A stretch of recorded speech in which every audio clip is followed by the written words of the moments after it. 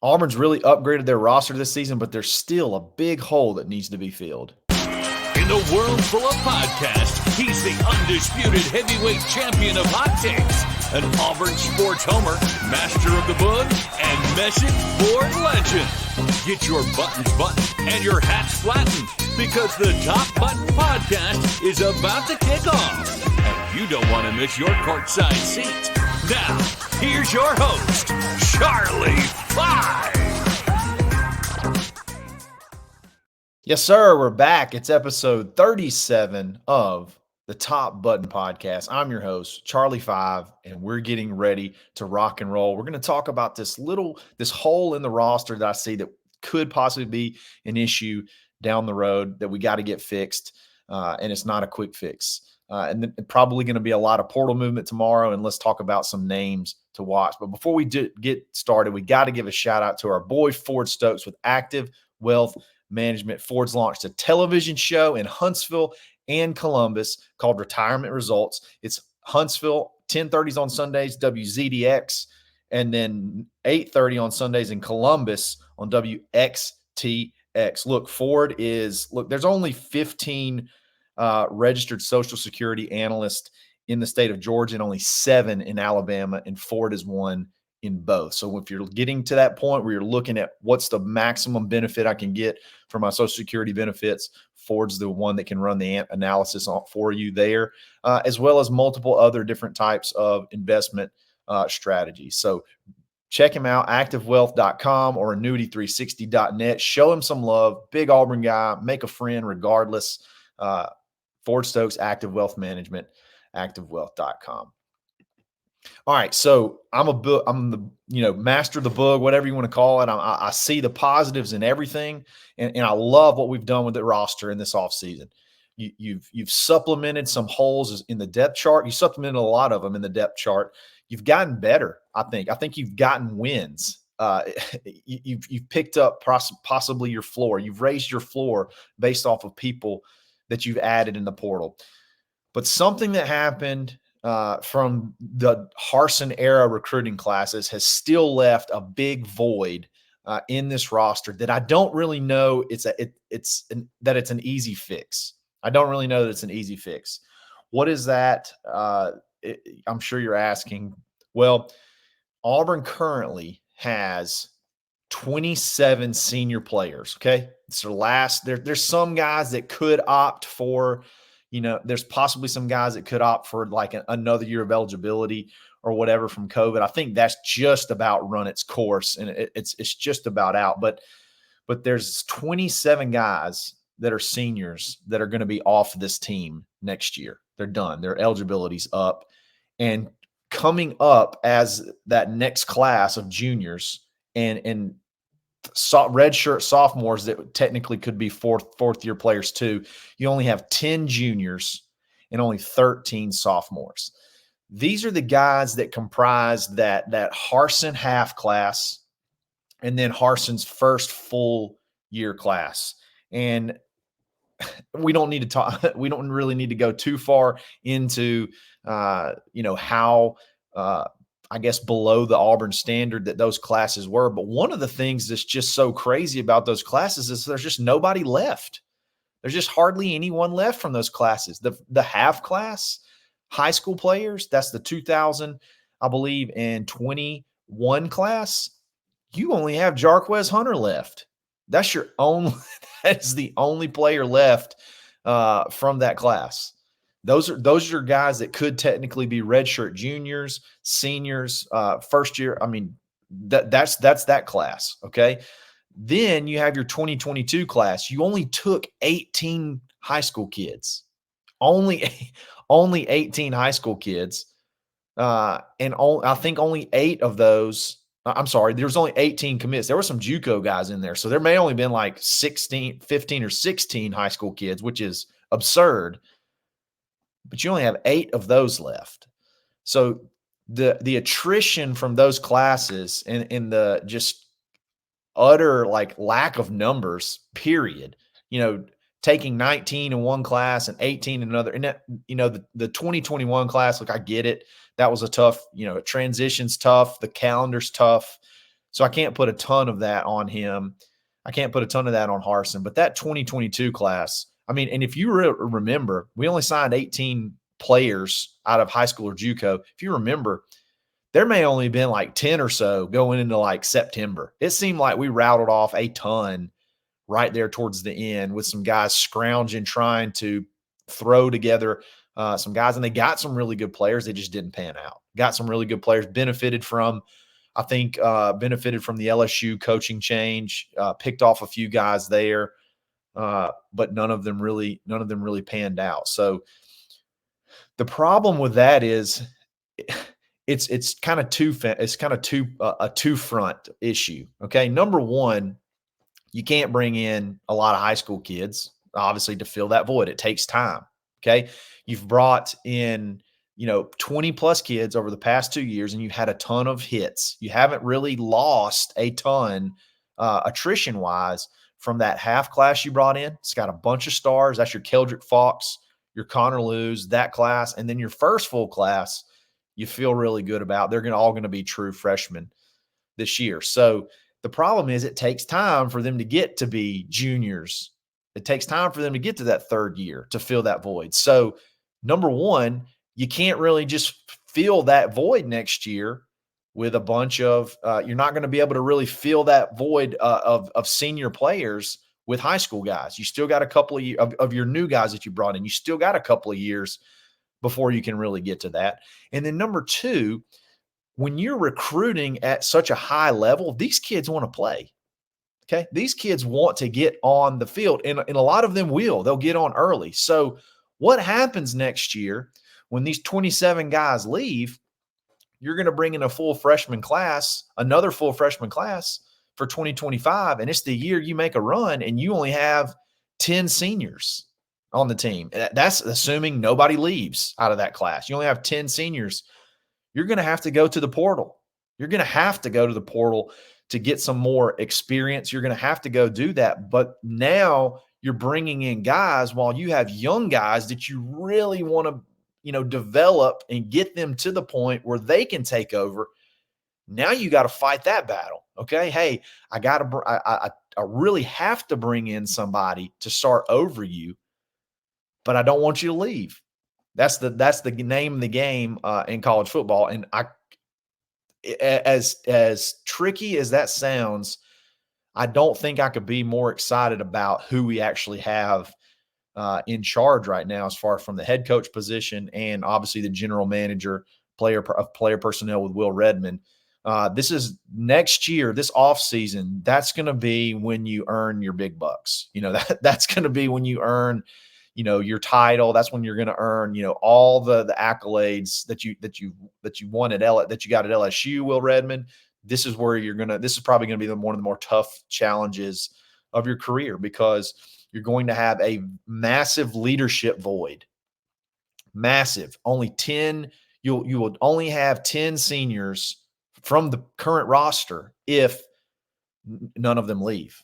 Okay. That's if none of them leave. And honestly, the 10 guys, let's just talk about them. You got Damari Alston. That's a great one. That's a guy that, could step in and be your starting running back next year. Him and Jeremiah Cobb. You got Sean Jackson.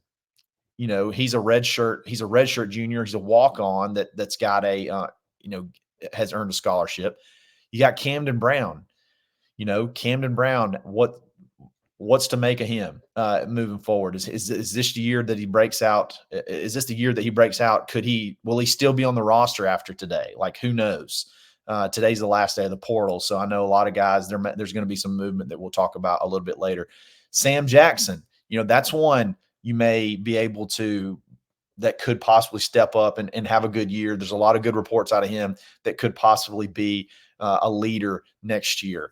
Then you have Kieron Crawford, one of the new guys from the portal. You're seeing a little bit of that flavor possibly moving forward from the portal too as well. Kieron Crawford come in, play a little bit behind Jalen McLeod, get some good reps, and then hopefully you can be a senior leader next year. That's why he was so incredibly valuable. Jamison Travis, Bobby Jamison Travis, they call him Bobby. He's a JUCO guy that's a redshirt junior. got a lot of glowing reports this spring. Got in the mix, gets a little first team, second team reps. That's going to be a guy you're going to have to lean on. Gage Keys, another guy you brought in from the portal with multiple years. I think that's going to be a theme kind of moving forward. You're going to be able to, you're going to get your plug and play guys, but maybe you're starting to look at your guys, maybe starting to look for guys that you can have for multiple years, because if you just keep adding 1-year players, you have to do it out of necessity right now. But if you keep adding 1-year players, you're going to have younger players leave, number one, and then you're going to eventually have this void that we have. Champ Anthony, a good DB that's starting to blossom, that's got a couple of years left. Caleb Wooden, he got some good playing time last year. He's got a couple of years. Laquan Robinson, and that's it. Laquan Robinson was your JUCO safety that you brought in, and you're hoping you get really good production out of him this year.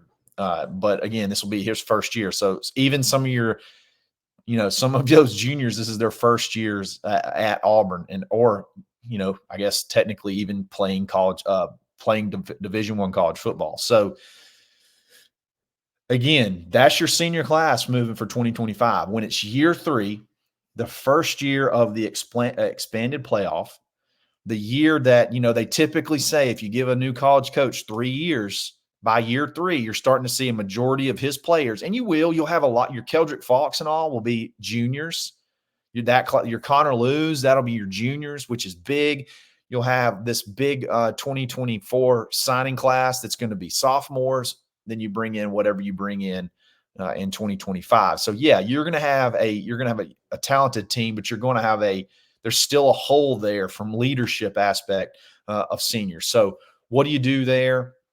I don't even really understand. I don't really know in today's college football what is an ideal number of seniors that you'll typically have, because of the movement and everything that goes, everybody that goes and comes. Like I haven't quite got a grasp of that. I just looking at it right now, that seems like a big weakness, a big void in this roster that you got to get filled for next year. And you're probably going to have to continue to go to the portal, and then you got to worry about that balance of bringing in 1-year players and not ticking off your young guys and running them off. So I don't envy the roster building department, but they got a big job ahead of them.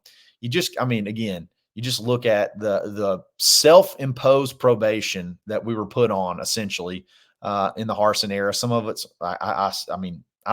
some of it's our fault. I know that we muddied the water with him. I don't know.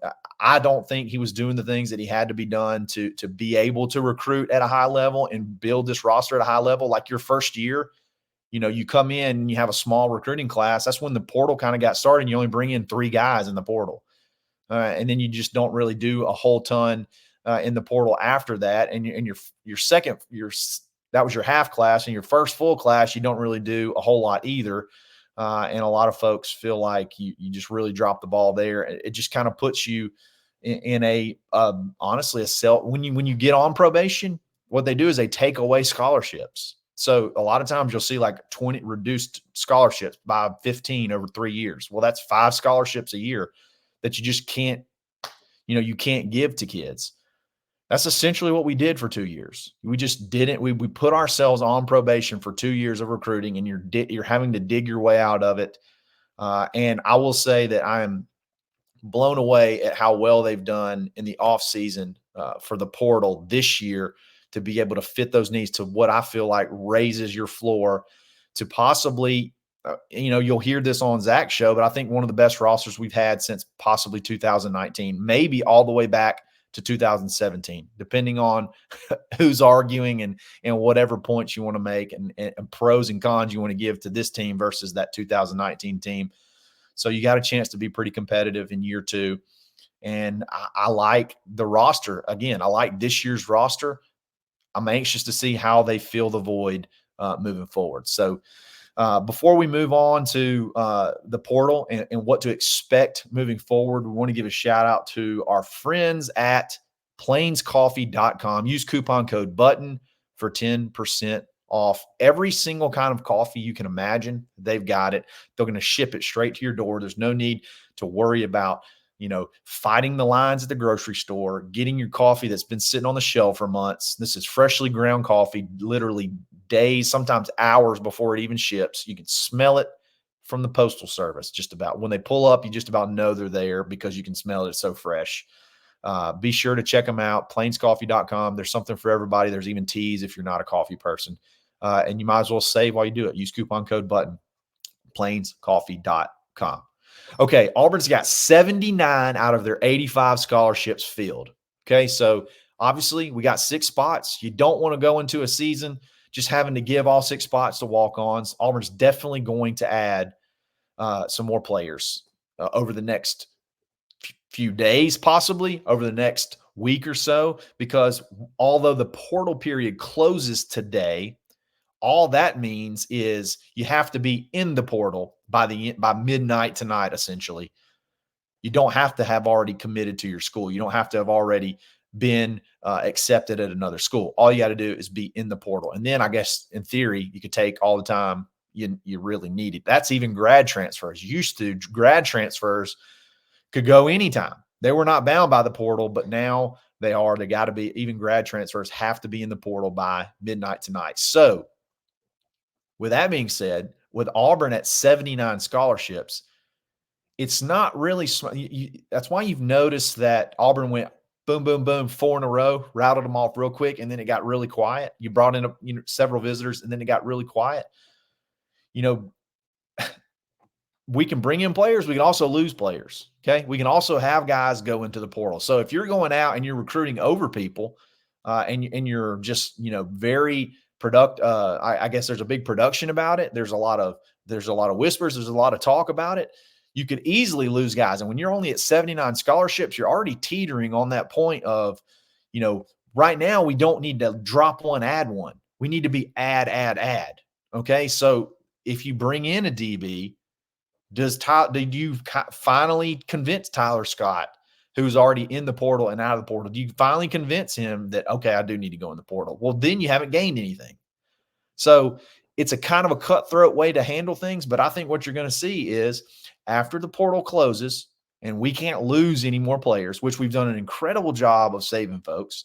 The Colton Hood situation, I think, was just, Colorado had a spot for his brother and he was doing something for his brother. I think it's absolutely insane to go to Colorado, but he got his brother a scholarship and good luck to him. But you got pretty good players that you've done a good job of keeping players, but you have had some folks going to the portal. So you might want to pump the brakes a little bit. Let this portal period close. It's cutthroat, but now they can't go anywhere. So now you can do and add whoever you want to add. Okay. And then worry about the roster in, December when the December portal opens. Again, I know that's cutthroat. I know that seems crooked, but the players can do the exact same thing. They can be just that they have really honestly have the most leverage out of all of this because there's no more sit out transfers at any point in time. I guess you could transfer as many times as you want to, wherever you want to, as long as it's in those portal periods, you can go. Go cash you an NIL check, go do whatever you got to do to better your situation. You can do it now. So there's going to be some gamesmanship a little bit on the recruiting side for the coaches. They have to be able to manage the roster. So I think it's going to be quiet until probably not midnight tonight, but it's going to be quiet until tomorrow as far as a lot of guys that Auburn may look to pursue. You have to do it that way. And you've seen Auburn already has a couple of visits. A visit, I think, today that we're going to talk about in a minute. So, again, there you go. You can't just not add players, though. So you got to expect Auburn to go out and get at least, 4 or 5 more guys that you can add to this room. And then if you got some walk-ons, if you get to that 82, 83 number, it's not such a big deal to give, 1 or 2 or even 3 walk-ons a scholarship for the fall semester. It's not that big of a deal to be able to do that. But again, it's going to be quiet. You're not going to hear a lot until this portal period closes. And that's just the way of football now. You got to be strategic about your recruiting at every single facet, high school, whatever, portal, JUCO, doesn't matter. You got to be strategic about the way you do it because your boys can leave anytime they want to leave, just about. So you got to be on top of things, which is, again, why I'm happy we have who we have in that player personnel department, that whole department as a whole. Love it. So who are some names to watch? Who are some names to watch? Well, number one, this one's not, I talked about things being a secret. This one's not a secret, but Khalil Jacobs from South Alabama, he goes into the portal over the weekend and immediately schedules a visit to Auburn. And he's here today, actually. I think Cole Pinkston was one of the ones that kind of broke that. And by the way, I may have mentioned early, but Justin Hokanson is the one who has this breakdown on three as far as the roster goes, with by class, by position. It's fantastic. You need to check it out. Really gives you good insight on where Auburn sits as a roster. But you definitely check that out at Auburn Live. But Cole Pinkston was kind of the one that started talking about how, Khalil Jacobs, there's some interest here. There's optimism, even with, Kane Womack or Womack, however you pronounce it, his head coach, Khalil Jacobs' head coach at South Alabama, going to Alabama to be the defensive coordinator. So naturally, you would think that's just an easy transition.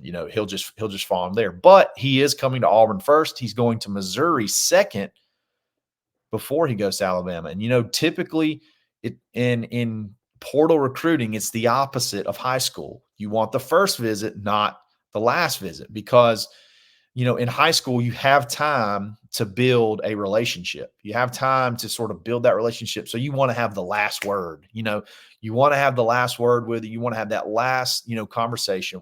Portal, let's just be honest. Portal is about NIL and playing time.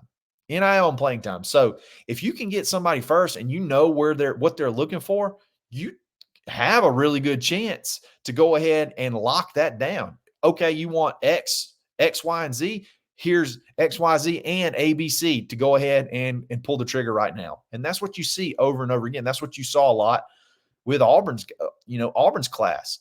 The only one that really had time after his visits was Philip Bleedy. And I think even that situation was Auburn sort of deciding, do they want to go ahead and pull the trigger or not?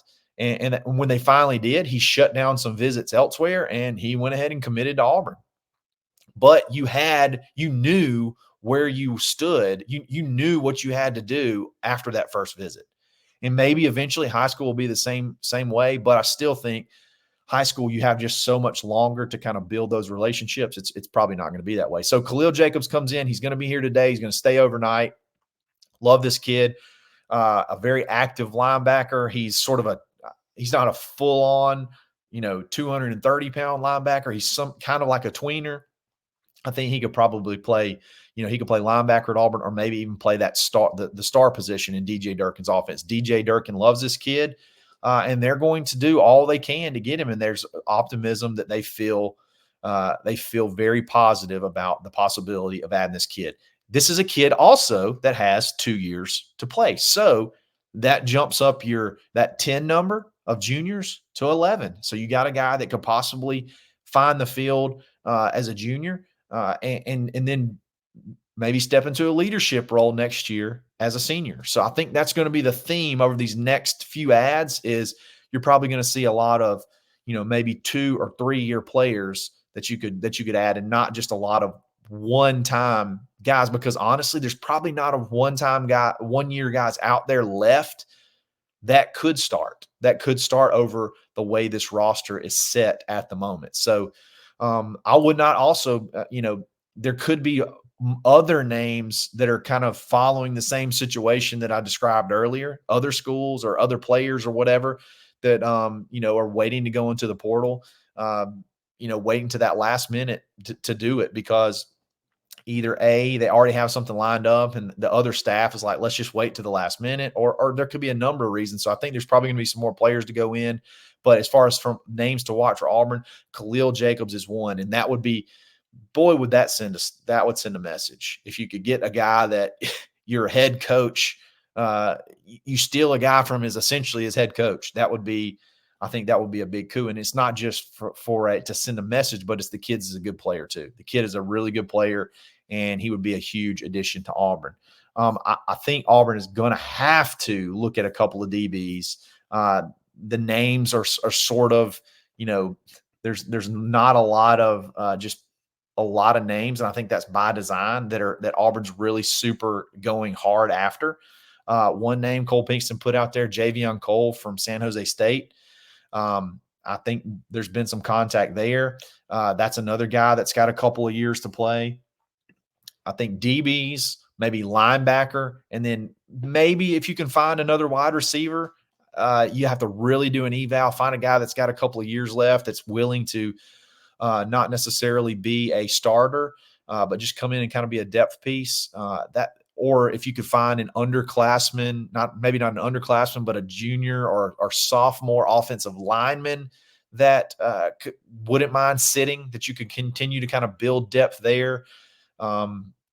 You got 6 spots. You got 6 spots to fill, and you're probably going to add, I would imagine you're at least going to add 3 or 4 of those from the portal over the next couple of days or next couple of weeks.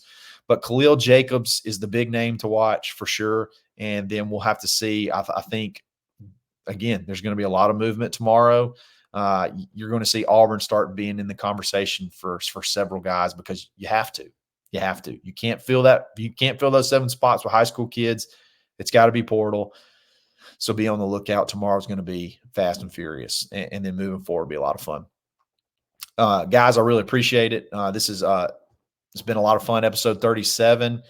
Continue to like and subscribe. Like the video, subscribe, and then if you want to comment, if you want to have some fun, you want to poke holes, let me know what you think. Is the junior situation a bigger deal or not as big a deal as I think it is? What am I missing something here? And just kind of let me know what you think. I typically respond to every single comment. So I really appreciate it. Follow me on Twitter at _Charlie_5. And then y'all have a great week, and we'll see what happens. See if my prediction is right. Let's see if there's a lot of movement tomorrow. Let's see if things start picking up really fast for the portal. Portal's fun, man. This spring portal's been fun, mostly because we've added players, but it's also just faster. It's faster. The info comes in a lot faster. So it seems like there's something new every single day. And I think there's going to be a lot of stuff over the next couple of days. So let's see if I'm right. And if there is, we'll obviously talk about it on Thursday. So again, really appreciate it. Thanks again, guys. This is episode 37 of the Top Button Podcast. Stay buttoned. Thanks for listening, and drive home safely.